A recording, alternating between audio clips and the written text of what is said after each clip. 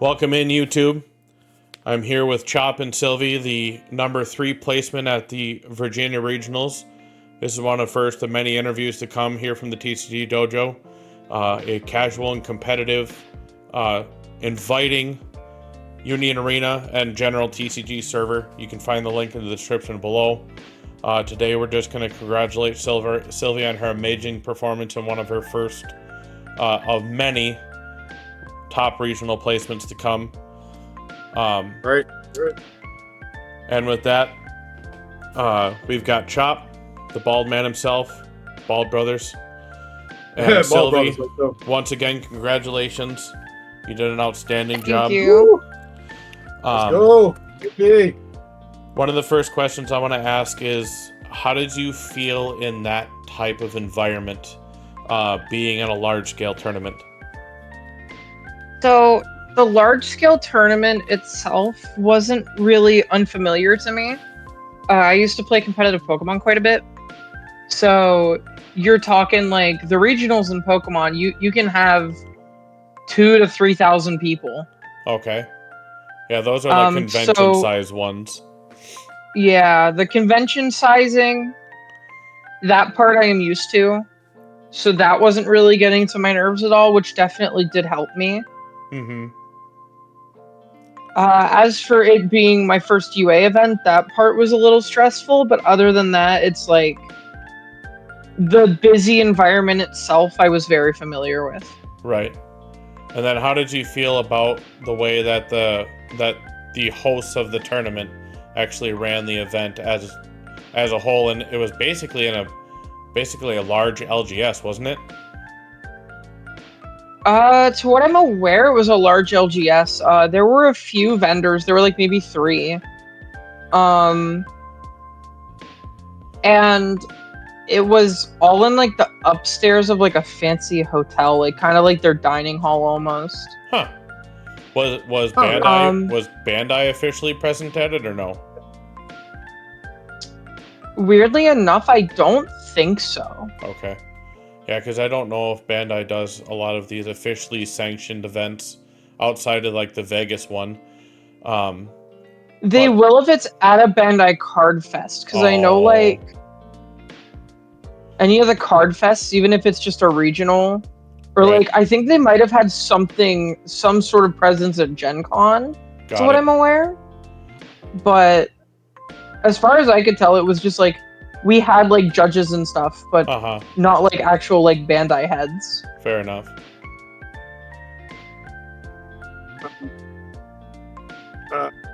When you were at the event, right? Like you seen. I was told that it was pretty cramped.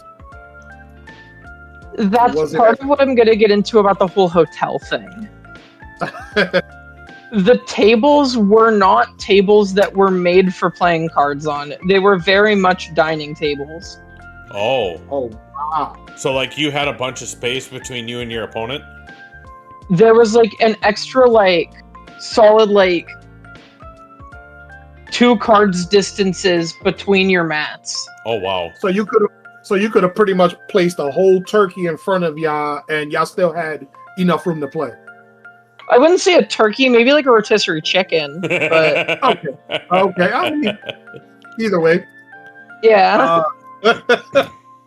Was it uncomfortable, like when you were playing that way, like being that your opponent was way up there and you're like all the way back? Wasn't the uncomfortable part. The uncomfortable part is that with dining tables, at least like the ones hotels use, you have that like metal pole on the corner of the table that goes like this. Yep. Yeah. And so if you get a corner seat, your leg is digging into the pole for the entire round. I would imagine all of the webcam tournaments and stuff that we do kind of helps prepare for that distance from your opponent, because you don't have that, obviously playing on webcam. Yeah, so that does help to a degree. The only thing is, though, with webcam is that you could just kind of click on their webcam, make it bigger, and then kind of read the cards anyway. Oh, fair. Yeah. And you have direct access to your computer to look up what a card does if you're not, like, sufficient with a description or something like that. Fair. And you want to, like, dig into it. while there, it's like you need to be like you're reaching over, like reaching Right. out like this, and you're like, please let me see the card. Which brings me to my other question too. When you got there, was everybody like welcoming? Like, you know, there was nobody with attitude or anything like that. Like everybody was cool, or even those you were playing up against. Like, if you were just like you said, you know, oh, okay, may I read that card? Like, were there anybody that was like iffy about it, or like, well, like, no, you can't read it. Like, you know, you should. So the craziest thing was, I've heard stories from like my local player base about some iffy interactions, but all of mine were very pleasant. So that was definitely beneficial. And funny enough, it's like I was actually rather surprised how much my opponents were willing to like just like let me like pick up and look at a card. There was a guy playing a serialized Chihiro in his deck. Oh, Yeah. And was straight up just like, yeah, you can take a look. Like, people were very, very open. It's funny that you mentioned that because I actually know a guy going to the next regional that's playing a max rarity green Saitama deck. That's so funny. No. Oh, That's boy. wild. I love green Saitama. So everyone there was like pretty much, you know, nice and pleasant. Yeah, everyone was very nice. That's good to hear. There was a point, like, I was even asking, because, like, this is a common question in Pokemon, but you don't hear it often in Union Arena. I ask frequently to look at people's sidelines. Yep. Oh, you just drew another question about that, and it tends to happen even in our spot. I'm one for like whenever someone hits for life, I usually go either top down or either way. Like they'll go 1, 2, 3, 4, 5, 6, 7, or from going up or down. Did you run into anybody that would be like, well, let me get the one from the middle, or the second to the middle, or no, you see that all the time in person. Okay, so it's different. It's definitely different. Part of it is the way that the Florida local player base runs their life. So they were all different, or so like it varies depending on your opponent, but like in like the Florida player base, they'll do stream games that they'll like record, and they'll put their life face down in the middle of the table. Oh, I've never seen that. I could actually see a large benefit to that because you can literally just straight up poke the one that you want. Yeah, exactly, and that's what they do. Huh. Interesting. I think that would be I actually have somebody at my locals that does that. He'll actually like go and put his finger on your life so you know which one to grab. But with that, let's move into the deck and the rhyme and reason and the sauce and the magic that went into this third place run that you did here at this regional. We'll start at the zeros and work our way up. I know some of them are going to be a little self-explanatory, but I still want to touch on each one. So I know there's 2 different Shinji zeros, so why did you do this one versus the other one? Okay, so as for the Shinji zeros, there's a one that is actually like functional, and then the other one doesn't provide you any useful benefit unless you're playing EVA 13. Okay. The one where it's like zoomed in and he has that like stupid look on his face. That one, you tap him to basically mill a card. Uh-huh. And that's not getting us any cards to our hand. We have no benefits from having cards in sideline. We just want to draw and filter. Yeah. So this one's going to be a draw one, pitch one, and it's just going to let us churn through our deck. Okay. Yep. And then it's also a draw trigger, which is nice. It is, yes. Always good. We have 8 draw triggers in the zeros and 4 actives. So then the Misato is also another filter. Draw one, pitch one, draw trigger. That one kind of explains No, she is itself. not a draw one, pitch one. Oh, no, it is choose one on your field. Okay, so how often did that, when played, benefit you? That when played is the reason I play her at 4 and not at 3. Okay. I've seen a lot of builds play this Misato at 3 copies instead of 4, and they'll either go up on this Misato or they'll go up on the double gen. As for this Misato though, her best thing is defense when you hit a purple color trigger. Okay. The amount of times your opponent has like 2 4K swings on their board. Yep. You can go purple color, play Misato, and then buff this Mari to a 5K. Right. So and it's then a 5K defender. It's basically you treat it as a baby active trigger in a way. It's a baby active trigger that is also a free blocker. Right. Yeah. Okay. I guess I didn't think about it that way. And then the Zero Mari active trigger, raid target. Yep, active trigger, raid target. She's a relatively high BP, so she can be used in some situations to just grab her off the color trigger. Like if they just have a spare 0 they're going to swing with. Right. Usually the 2K can take care of it. And then the one drop Misato I've seen ran in so many different levels of like 2, 3, 4. What made you decide on the 3? Is it because of the 4 on the 0 drop largely, or what? So, what made me decide to play 3 on that one is because blatantly 2 is too little. This card is too broken, it wins games, and it's a purple color target, so Right. I'd rather have more color targets than less. Okay. Playing into your color trigger, as well as her being a raid target, really does help. I would never be willing to go to 6 raid targets that are reasonable to raid on with AAA Wonder. You never want to raid off your double gen with the Wonder. But raiding off the 1 drop and raiding off the 0, especially the 0, is very good because then when the Wonder dies and you get the search, you also have a purple color trigger target hitting your discard pile along with it. Yep. So it's a win-win when you bin the Wonder with the 0 drop, because then you also get the extra bonus of having it in your sideline at that time. Exactly. Okay. As for the 1 drop, she's a little less necessary in that boat, but the fact that she gives impact to anything that's cost 5 or higher means you cannot just give this to a Shinji here or a Mari. You can give it to your Model 08. Right. Which is huge. Right. Because then you're like, albeit having impact 2 in a spear is really nice, you can, if they do have a nullify on board, you can spread out your impact versus putting all of your eggs in one basket. Yeah, you can also choose to give something damage 2. Right. So you could make your spear damage 2 impact 1 with her. Right. So you basically force them to block, even with the impact still coming through.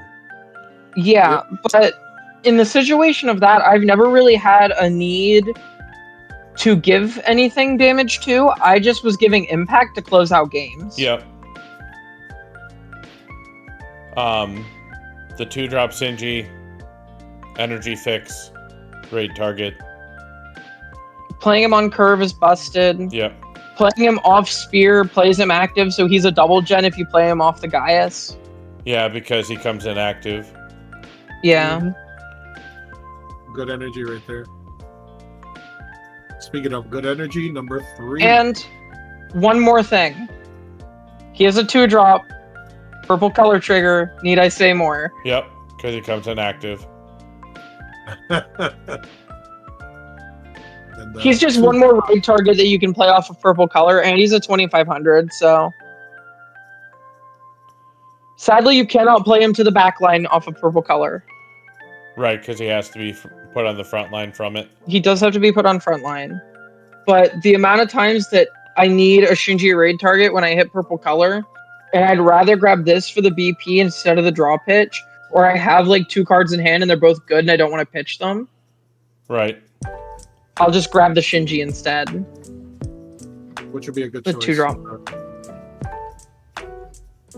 Then you got the turn 3 Masato, 2-color energy. Yep. So the Masatos here, they are good, but the problem with them is that they are not raid targets. And so whenever you get to the point where you're like, I don't have enough deck space to play this many double gens, Masato's always the first one on the chopping block. And it's not even because she's bad. She's an amazing card. It's just, I'm not going to cut a color trigger or a raid target for Shinji, or a nullifier that is also a raid target for Shinji and searchable off AAA Wonder. It's just not worth cutting any of those. So she ended up being first on the chopping block, but I was like, I definitely need her still. And there were times where I would go like play Spear, and then I would play the Misato off of Spear, then rest it, pitch a Will Affinity to draw, and then activate main on Spear and pop the Misato to play something else. Right. So she'll get 2 card cycles instead of just 1. I see it. Definitely see that. Then we have the other turn 3. You have 4 of these. Mari. So, prime example for running 4 of these Maris is that she's a raid target and she's the color trigger. Yep, the color trigger. As much as that is just blatantly self-explanatory, I should preface this. We did get a card cut from our Evangelion set, and it was the 1-drop Mari. Yep. That left Mari having a severe lack of raid targets. Right. You only have the 0-drop and the 3-drop are the only Maris that are lower than 5 in the entire set. Right. That are in purple. All right. So you need to play her at 4. So this is one thing that I wanted to specifically touch on, because this is something I am becoming more and more aware of, and I have started to test myself, is putting your finals not at 4. Because you're not, once you start playing at a high level, I think a lot of people put that subconscious reliance on hitting that final on your 0 life and wanting to have the highest statistical probability of having that versus the efficiency of playing of an AP restand at the correct time, especially in a filter deck like this. So I know there's a specific, distinct reason why you went to 3, and I'd like to know why. So part of the reason was just blatantly deck space. There's not a lot of wiggle room here. With a hybrid build, most hybrid builds don't have a lot of wiggle room. But the number one reason I'm not playing 4 is that under the name right here, the final does not say will, and there are no finals that do say will. So there were games where I would get 3 finals just cramped up in my hand and not be able to filter them. Right. And so cutting down a final would make it so you still draw into them when you might need them, but they're not going to clog up your hand as frequently that if you're on 4. Right. Now, did you ever I mean, they were good for pitching, I'm guessing, when you didn't necessarily need them. Oh, I pitch finals all the time. Half the time they're junk. Like, as much as I want, like, you do need finals for, like, if you brick to make a comeback, or if you lose momentum or your front line gets wiped. One of my favorite things that, I don't know if this is like a basic thing, or if this is just like a thing that is a bad habit, or maybe a good habit of mine. If I have a final in hand and there's not anything extra I really want to do with my turn, and I'm in a position where I'm not worried about saving the final, I will blatantly just AP draw just to get a card draw out of that final. Amen. But I do that all the time. Yeah, that is still a value added by that card, no matter how you shake it. Yep. Because finals are, I think, at their core meant to be, just value add for vast majority of things. But people, I find that is one of the things that novice and low level players struggle with, is when to use that AP restand efficiently and properly. I would definitely agree with that. There are a few decks that I've seen that it's like when you play them, it's like you need to run 4 final. It is not a player's choice whether you want to play 4 or 3, or maybe even 2 or none. Like there are some decks that you don't want to play finals in them, and there are some decks that it's like you need to be on 4. And I think the ones that have to be on 4 are the ones that they don't curve out energy well enough on their own, where you do need to have that have less filter, where it requires you to play more cards in one turn to get on curve, if you want to classify it as anything, like those really high energy decks that need. I feel like the prime example is Saito. Yep. Saito feels like you need to hit a final, or you need to high roll your board pieces so high. Correct. To keep up with the pace of this metagame. And it's like I wouldn't play any less than 4 finals in a Saito deck. Yep.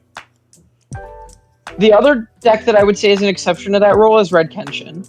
Just because you need them in there to activate Kill Kenshin. Correct. They serve a purpose, another purpose. Yeah.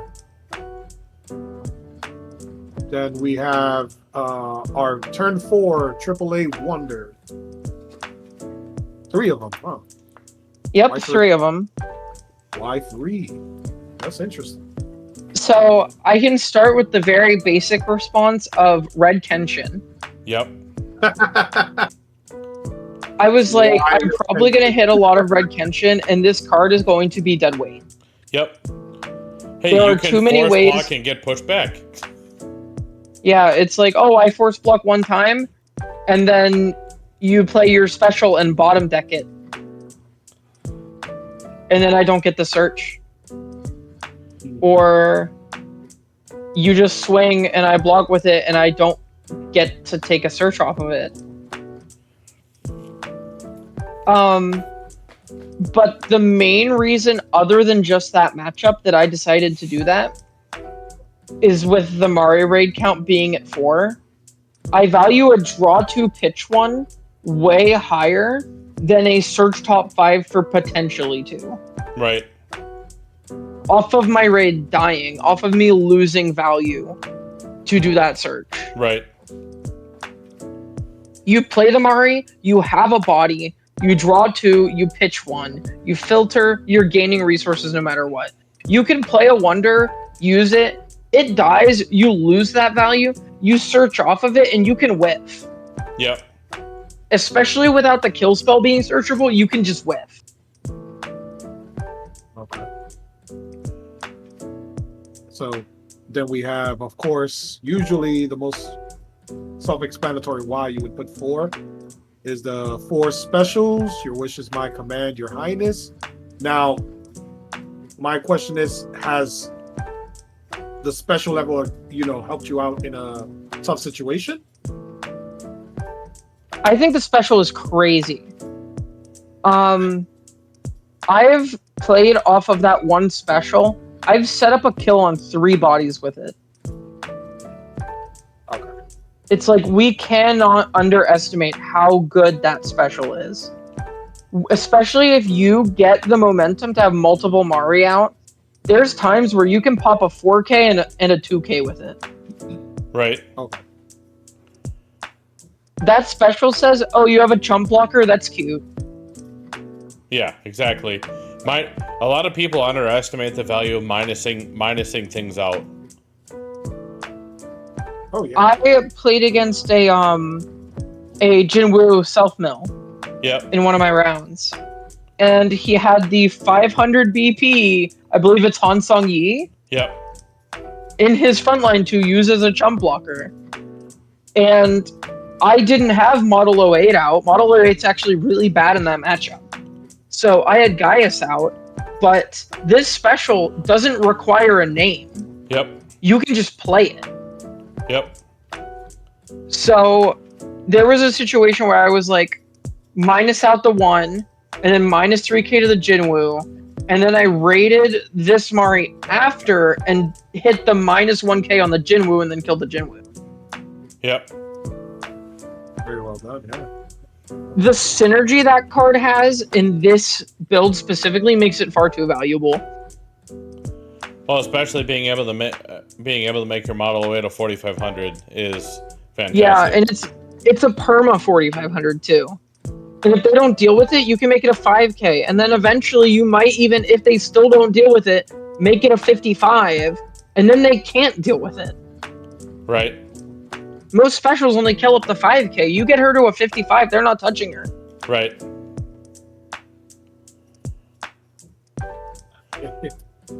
Then we have the turn 5 Shinji. You ended up with 4 of them. Yeah, I can see why this card is definitely in the deck and why you would have 4. Especially since it's really a turn 3. Yep. Oh yeah. It's just blatantly a 3-drop double gen. They only made it a 5 so that you can search it off of AAA Wonder. That's the only reason it's a 5. So The card's too valuable. It's a 4k beat stick. As long you can even just have 2 of these Shinjis out and he becomes a 4k. It doesn't say cards other than Shinji. It just says if you have another 5-drop on your field. Right. Which is always good to good wording on their part. Yeah, so it's like he powers himself up. He gets buffed by Mari. He gets buffed by Production Model 08 and by Gaius. Oof. So there's so many ways to just make him a 4k beat stick and a threat, and he has Nullify Impact. I want to kind of combine these last 3 cards into what I would call your Giga package, as to why you having 4 of each raid is self-explanatory. We know those. Why you picked that 6-drop Mari? Well, I don't have 4. Huh? I do have 3 Wonder. No, I'm saying of these ones specifically. Of the 5-drop of the Model 08, the Spear, and then why you went with this Mari over the other options in that, let's call it energy level, apart from just the ban. Okay, so going with that Mari specifically, with her uses and why I'm playing her at 3, I wanted to play her at 4, but I was not willing to sacrifice deck consistency to put her to 4. Mm-hmm. She is incredibly strong for multiple reasons, and she doesn't have a trigger for a reason. Did my camera cut out there? For a second. Okay. So It in and out. okay, so she definitely should not have a trigger. She is maybe like a draw trigger at best. But they can't feasibly give this card a trigger without her being too good. So whenever she attacks, you can pitch a card from your hand and then play a Shinji, cost 3 or less out from your track. Rested to the field, albeit, but you still get to play it. You get to play a raid target for free. You do get to play a raid target for free. And also, she is a raid target for your other raid. Right. But more importantly than her playing out a raid target, is there are entire matchups where you just sit on these Maris, and every turn, you'll see the wording on the 5-drop Shinji that it says specifically while in hand or sideline. Right. You can play him off of that Mari. So there are so many games where I will sit there with 2 Mari, and I'll sit there with 2 Shinji. And I'll go swing Shinji, swing Mari, swing Mari. So the Mari 6-drop is just so obscenely strong, because there are boards you can set up against decks that like they're just trying to take that last 1 or 2 life with like an impact, and you can just set up double Shinji, double Mari. And every turn, you can just maybe take 1 damage and then block out with these 2 Shinjis. And then next turn, just pitch 2 cards from your hand, and on attack with these Maris, just play them back. And